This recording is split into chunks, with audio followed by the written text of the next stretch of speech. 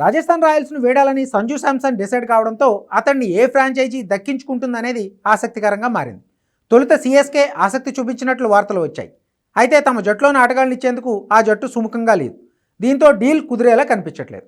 ప్రస్తుతం Sanju శాంసన్ను దక్కించుకునేందుకు Kolkata night riders ప్రయత్నిస్తున్నట్టు తెలుస్తోంది. Kolkata night riders Rajasthan Royals మధ్య చర్చలు జరుగుతున్నట్టు సమాచారం.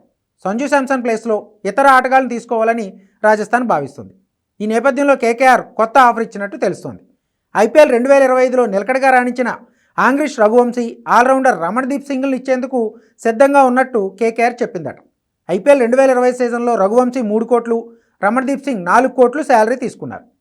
ఐపీఎల్ 2025 సీజన్కు ముందు రాజస్థాన్ రాయల్స్ 18 కోట్లు చెల్లించి సంజు శాంసన్ను రిటైన్ చేసుకుంది.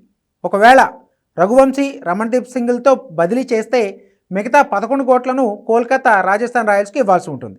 కానీ ఈ డీల్ సాధ్యమవుతుందా లేదా అన్నది చూడాలి.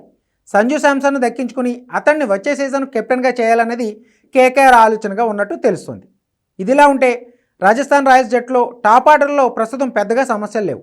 ఐపీఎల్ 2025 సీజన్లోనూ ఆ జట్టులో ఫినిషర్ లేని లోటు స్పష్టంగా కనిపించింది. ఈ క్రమంలో రమణ్దీప్ సింగ్, రఘువంశీలను తీసుకుని వీరిద్దరిలో ఒకరికి ఈ బాధ్యతలను అప్పగించే అవకాశం ఉన్నట్టు భావిస్తున్నారు. బౌలింగ్ చేయడంతో పాటు లోయర్ మిడిల్ ఆర్డర్లో రమణ్దీప్ మంచి బ్యాటర్గా ఉంటాడు. దీంతో కోల్కతా ఆఫర్ను ఉపయోగించుకుంటే రాజస్థాన్కు బాగుంటుందని పలువురు క్రికెట్ విశ్లేషకులు అభిప్రాయపడుతున్నారు.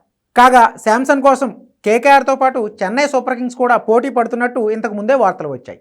అయితే సంజుకు బదులుగా రుతురాజ్ గైక్వాడ్, శివన్ దూబే లేదా రవీంద్ర జడేజాలో ఒకరిని ఇవ్వాలని రాజస్థాన్ రాయల్స్ కోరినట్టు సమాచారం. కానీ తమ కీలక ఆటగాళ్లను వదులుకోవడానికి సిఎస్కే ఏమాత్రం ఇష్టపడడం లేదు.